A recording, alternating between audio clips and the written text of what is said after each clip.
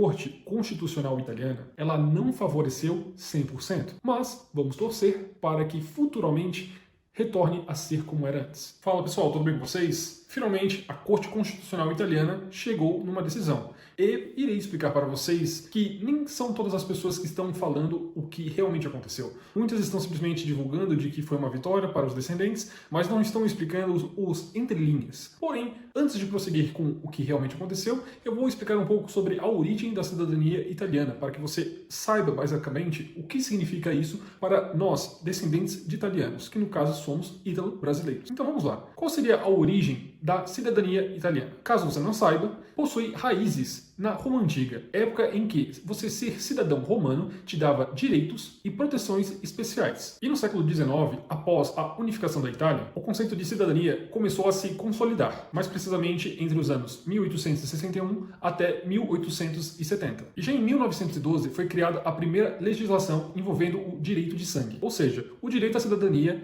para até mesmo os descendentes de italianos nascidos fora do país. Porém, tinha um pequeno detalhe: por mais que não houvesse limite geracional, caso você fosse cidadão italiano e fosse morar em outro país, ao se naturalizar nesse outro país, você perdia a cidadania italiana. Após essa lei de 1912, teve a lei de 1992, que seria a lei basicamente mais conhecida. O número da lei, caso você não saiba e queira até mesmo pesquisar, seria a lei de número 91 de 1992. E qual foi a diferença da lei de 1912 para essa lei de 1992? Foi basicamente a reformulação da mesma, fazendo com que se mantivesse o direito ao reconhecimento, porém não teria mais essa questão de se naturalizar em outro país e perder a sua cidadania italiana. E como já dava para imaginar, após essa lei de 1992, os pedidos de reconhecimento começaram a crescer gradualmente. De 92, 93, 94, 95, anos 2000 e chegando até mesmo agora nos anos 2025. E, consequentemente, junto com a quantidade de pedidos aparecendo a cada ano,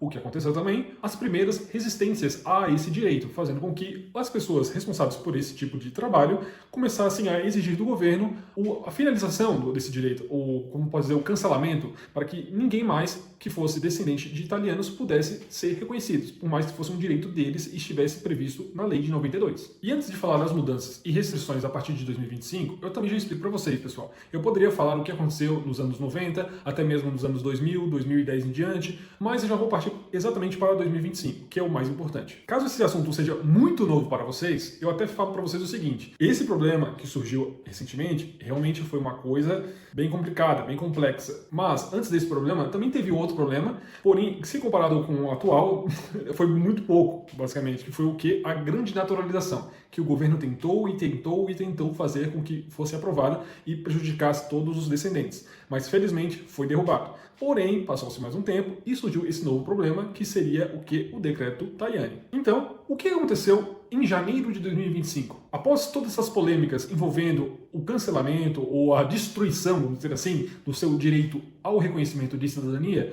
o que o governo fez? A partir do momento que você agora quisesse entrar com um pedido judicial, porque os pedidos administrativos nos consulados e também nos comunes não existiriam mais. Então, caso você tivesse interesse, você teria que entrar diretamente para a via judicial. Porém, sendo necessário você pagar a taxa de 600 euros. E já em março de 2025, o decreto Tajani se tornou lei, impondo assim restrições severas. Já iniciando pelo fato que já foi limitado a 2 gerações, sendo possível você reconhecer a sua cidadania caso você fosse filho ou, no máximo, neto de italianos. E só nessa mudança do decreto ter virado lei, já fez com que muitos pedidos tivessem sido eliminados. E por que eu falo isso? A maior parte dos pedidos não são de filhos ou netos, são de bisnetos, trinetos, tetranetos ou até mesmo pentanetos. E eu até deixo um parênteses para você. Caso você sempre fale tataraneto ou tataravô, eu já digo para vocês, isso aí não existe. Isso nada mais é do que algo popularmente falado, mas não está certo. Se você quiser falar de forma correta, é o quê? Avós, bisavós, trisavós, tetravós, pentavós, hexavós, heptas, octas, nonavós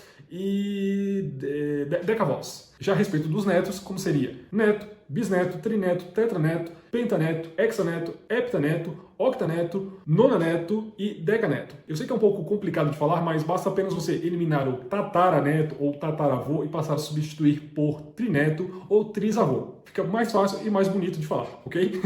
E outra coisa que o decreto, virando lei, definiu foi que os novos possíveis pedidos fossem feitos apenas de forma judicial e não mais por meio do consulado ou comunes. E após o dia 27 de março de 2025, todos os pedidos que chegaram até 11 horas e 59 minutos da noite do dia 27 de março de 2025, todos eles estavam na regra antiga. Já os novos pedidos que surgiram à meia-noite do dia 28 de março já estavam na nova regra, que era o quê? Apenas filhos e netos. Se você fosse bisneto ou bisneto em diante, acabou, você não tem mais direito. Já em abril e maio ocorreram muitos debates e ações judiciais para que fizesse com que voltasse tudo ao que era antes do dia 27 de março de 2025, fazendo com que todos tivessem direitos e não ocorresse essa questão do limite geracional. Porém, infelizmente, tudo que foi feito para defender a regra antiga, infelizmente, não serviu de nada, pois o governo continuou fazendo do jeito que havia decidido ser feito,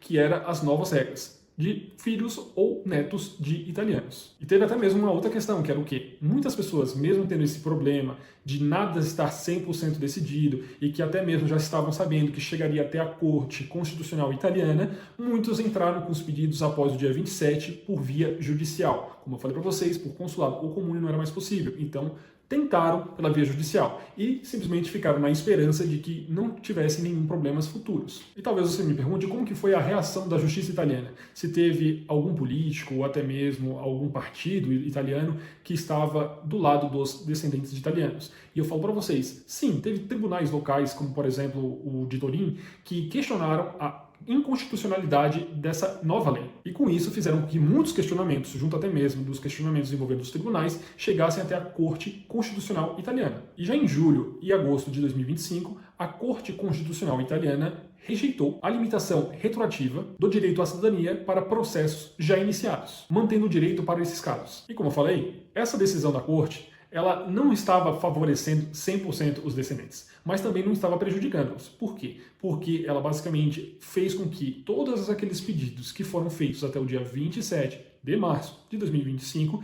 fossem considerados válidos. Porém, a parte ruim da decisão foi que ela não defendeu 100% dos descendentes, fazendo com que todos os pedidos após o dia 27 não fossem válidos, sendo necessário apenas comprovarem, caso você fosse filho ou neto, ok? Caso você fosse bisneto em diante, tchau. E como está a situação atual dos pedidos que foram iniciados por via administrativa, sendo eles pelo comune ou por consulado? Pelos comunes, o que eu acredito que tenha acontecido é simplesmente pararam e cancelaram todos os pedidos, todos os processos que haviam sido iniciados. Já os do consulado estão ou parados ou atrasados. Mais uma coisa eu posso garantir para vocês, existe sim uma grande mobilização jurídica para que tudo volte a ser como era antes, fazendo com que não só filhos ou netos possam reconhecer, e sim bisnetos em diante. Então você sendo bisneto, trineto em diante, o que eu posso falar para você é aguarde e apenas tenha a esperança de que essas coisas melhorem para você ou para os demais descendentes de italianos. E antes de finalizar o vídeo, o que eu posso falar também para vocês. Não esqueça, pessoal, que isso é um direito, mas junto com os direitos existem deveres. Então se você quer ter direito ao reconhecimento de cidadania, ok. Porém, saiba que a partir do momento que você escolhe viver na Itália ou qualquer outro país com o seu passaporte ou com a sua nova identidade, você tem que entender que esses novos países, ou melhor dizendo, até mesmo a Itália, eles não são o Brasil, eles não têm leis brasileiras. Então, todo o seu jeito de viver pode ser que não condiza